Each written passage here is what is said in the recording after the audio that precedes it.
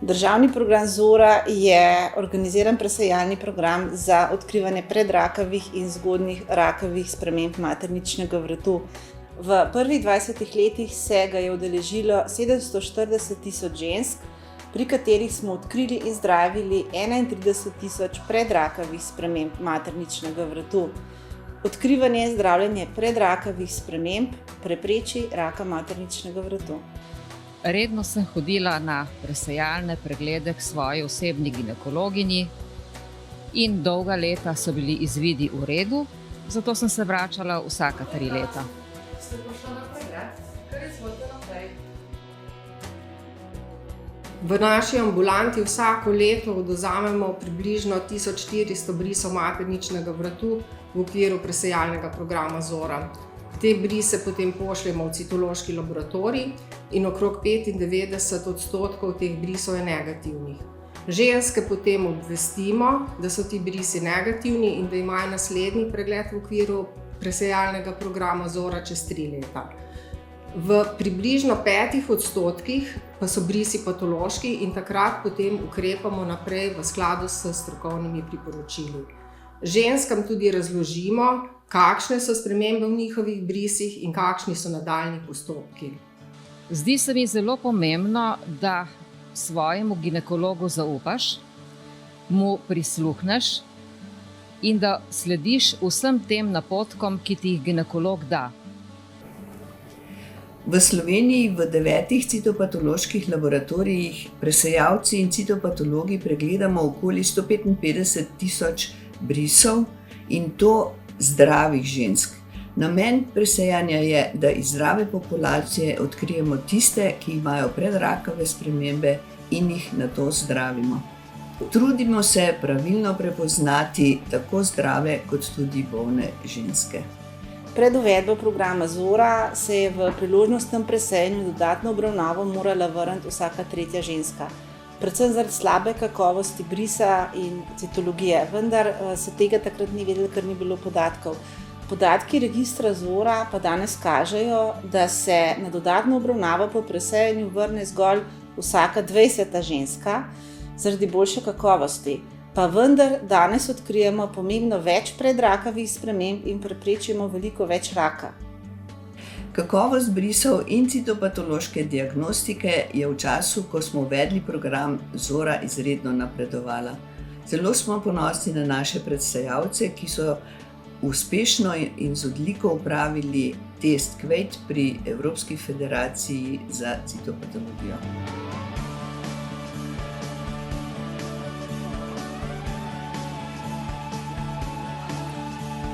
Hodila sem še naprej na kontrolne preglede, imela sem tudi kolposkopijo, vendar nič ni kazalo na razvoj kakršnekoli hujše bolezni. Ker je bil test HPV po 2 letih še vedno pozitiven, me je ginekologinja napotila docent dr. Nini Jančar na ginekološko kliniko v UKC Ljubljana. Imela sem konizacijo z električno zanko. Zdravljenje potrebuje približno polovica žensk, ki imajo v presejalnem brisu spremembe visoke stopnje. In pa nekje vsaka 10. ženska, ki ima v presejalnem brisu materničnega vratu spremembe nizke stopnje. Pri teh, ki imajo spremembe nizke stopnje, nam zelo pomaga bris na HPV. Če je ta bris pozitiven, potem je ženska bolj tvegana, da se pri njej skrivajo predrakave spremembe visoke stopnje. Zdravljenje je večinoma kirurško, z enostavnimi posegi, ki jih opravimo ambulantno, tako da lahko ženska po pol ure zapusti prostore bolnišnice. V bistvu, ko sem vstopila v to operacijsko dvorano, kjer mi je bila narejena konizacija z električno zanko, občutila sem neko nelagodje in pa velik strah. Čeprav potem, ko je bil poseg že mimo, sem ugotovila, da ni v bistvu nič strašnega. Po posegu sem si nekako oddahnila, seveda me je pa preveval strah, kaj sledi, kakšni bojo potem rezultati in na moje veliko začudenje je bil na odstranjenem delu materničnega vratu CIN3, to je predrakava sprememba najvišje stopnje. Odstranjena je bila v zdravo.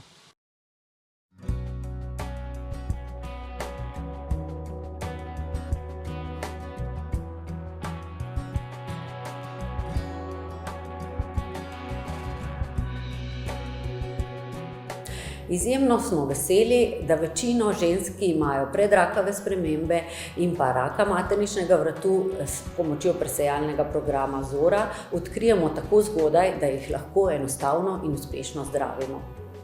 V Sloveniji patologi vsako leto pregledamo približno 8200 tkivnih vzorcev materničnega vratu in to v 11 laboratorijih oziroma oddelkih. Histopatološka preiskava je pravzaprav zlati standard, je osnova, na podlagi katere se potem ginekolog odloči o nadaljnji obravnavi bolnice. V bistvu s histopatološko preiskavo potrdimo ali ovržemo predrakave spremembe na materničnem vratu, včasih pa nažalost tudi rak materničnega vratu. Čas čakanja na rezultate preiskave je bil zelo negotov, absolutno pa potem olajšanje, ko dobiš informacijo. Iz srca se ti odvali ena velika skala. Patologi se zavedamo, da ženske težko čakajo na izvide, zato se trudimo in večino izvidov zaključimo v 5 dneh po sprejemu v laboratorij. Predrakave spremembe in začetni rak materničnega vratu pri ženskah večinoma ne povzročajo nobenih težav. Zato je presejanje raka materničnega vratu praktično edina možnost, da te zgodne spremembe odkrijemo. Zelo smo veseli, če v programu Zora odkrijemo tudi zgodnjega raka.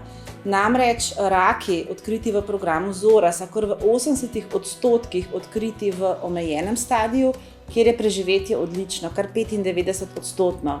Žal rake pri ženskah, ki se programa ne udeležujejo, običajno odkrivamo kasneje, kar 65% jih je v napredovalnem stadiju, kjer je zdravljenje bolj intenzivno, prognoza in kakovost življenja pa slabša.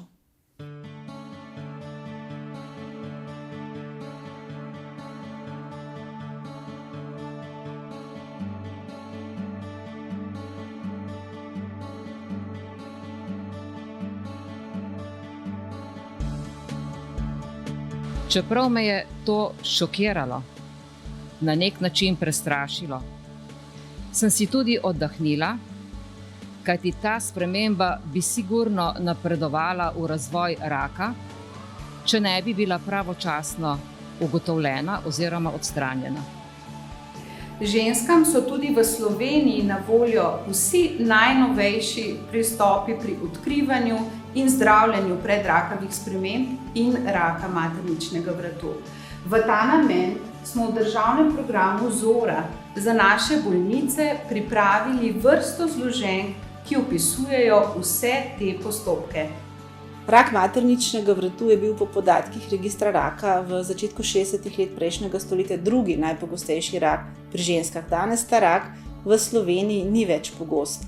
Letno zboli okoli 100 do 120 žensk in jih umre okoli 40. S temi podatki se Slovenija že uvršča med evropske države z najmanjšim bremenom raka, kar je izjemen uspeh. Zelo sem vesela, da imamo v Sloveniji program Zora. Zato bi pozvala vse žene, mame, pa tudi babice, da se odzovejo povabilu na presejalni pregled, kajti le ta jim lahko na nek način reši življenje. Hvaležna pa sem tudi za dobro delo, ki so ga opravile moje ginekologinje.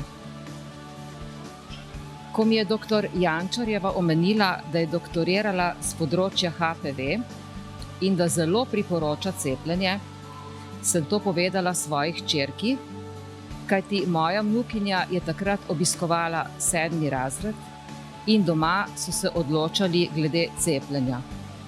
Danes lahko s ponosom in veseljem povem, da je moja vnukinja cepljena, jaz pa sem na nek način mirna.